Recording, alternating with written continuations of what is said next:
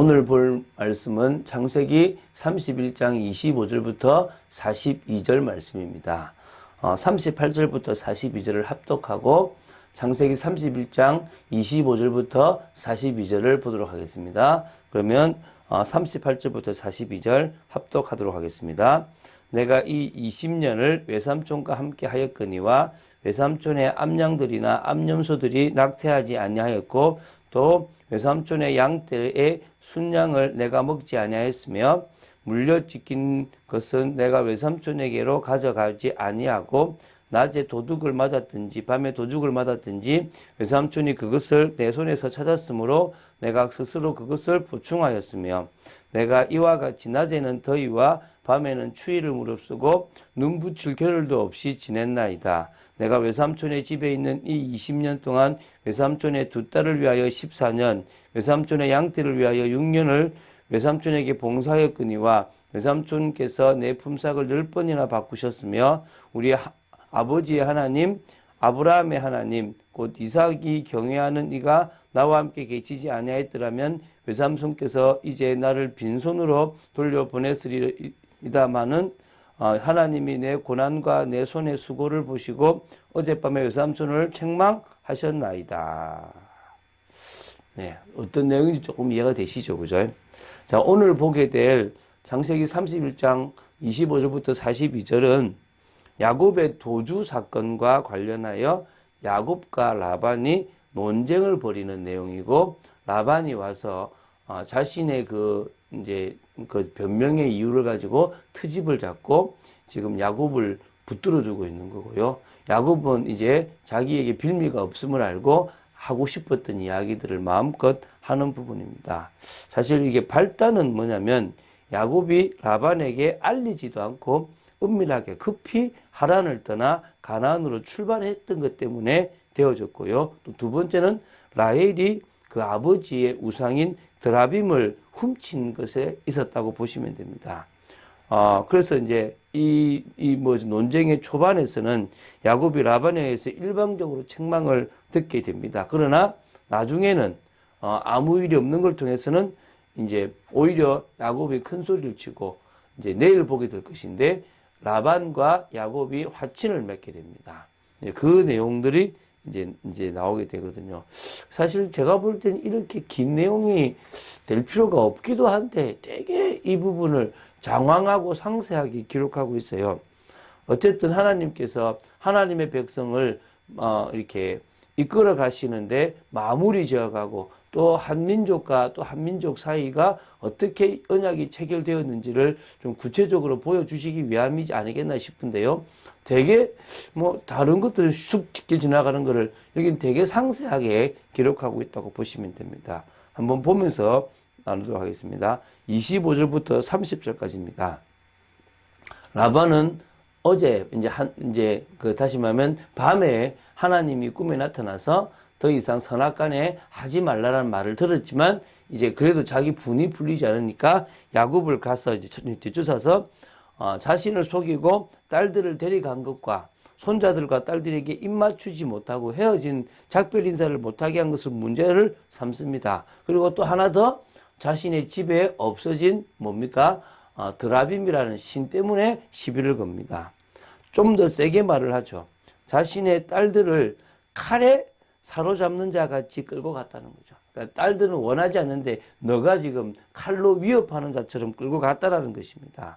내가 만약에 네가 간다고 했으면 즐거움과 노래와 북과 수금으로 보냈을 것이다. 전혀 그러지 않는데 위선이죠. 세상 사람들은 이런 위선이 가득합니다. 물론 믿는 자들도 이런 위선이 있을 수 있습니다. 우리는 하나님 앞에서 일하지 않으면, 하나님 앞에서 생활하지 않으면 앞과 뒤가 다른 사람이 되어질 수 있습니다. 우리는 늘 언제나 세상 사람들은 이렇게 앞과 뒤가 다르다라고 생각을 하고 접근하시고, 물론 다 그렇진 않지만 이 사람은 괜찮구나, 이 사람은 역시 성경에 나오는 라반과 같은 사람이구나, 그렇다고 해서 우리가 라반과 같은 사람이라고 무시해야 되는 건 아니고요. 그 성향을 알고 속지 않으면 될 줄로 믿습니다. 그리고 이제 자신에게는 야곱을 해야 할 능력이 분명히 있지만 어젯밤에 하나님이 야곱에게 선악간에 말하지 말라고 했으니까 내 신을 찾고 내 신을 도둑질해간 이유를 말해라 라고 지금 이야기를 하고 있습니다.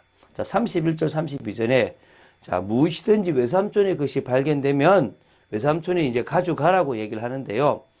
사실 그 전에 뭐라고 얘기를 하냐면 외삼촌에게 말하지 않았던 이유는 아내들을 억지로 다 빼앗아 갈까 두려웠다. 내가 아는 외삼촌은 그냥 보내주는 외삼촌이 아니다라고 이제 떳떳하게 이야기를 하고요.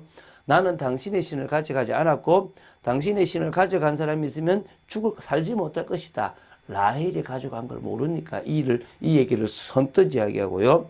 또 외삼촌의 물건이 있다면 다 찾아가라 라고 이야기를 합니다. 그 정도로 야곱은 머리를 쓰는 사람이 있지만 그렇다고 해서 불법을 행하는 사람은 아니었다고 보시면 됩니다. 자, 33절부터 35절을 보도록 하겠습니다. 이제 라반은 야곱의 장막, 또 그리고 레아의 장막, 두 여종의 장막, 그리고 뭡니까? 이제는 라헬의 장막들을 순서로 막 뒤집니다. 여기저기를 다 뒤집니다. 뒤져도 사실은 없는 겁니다. 물론 라헬은 지금 자신이 훔쳤다는 것을 알고 자신이 훔친 것을 어디다 뒀습니까?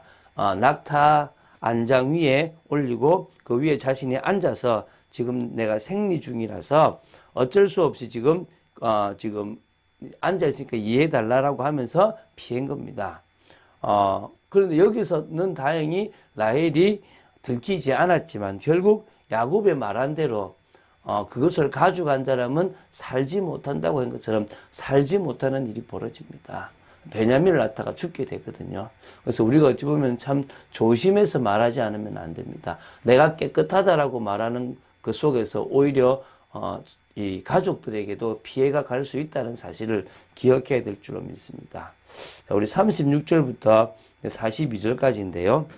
자, 이때부터 이제 야곱이 이제 없고 아무 문제가 없음을 알고 반격을 시작합니다. 이제 거꾸로 라반을 책망하기 시작하는 거죠. 내 허물이 무엇이니까? 무슨 죄가 있기에 외삼촌께서 내 뒤를 급하게 추격하나이까? 왜 내가 도둑놈처럼 당신의 그 추격을 받아야 됩니까? 이 말입니다.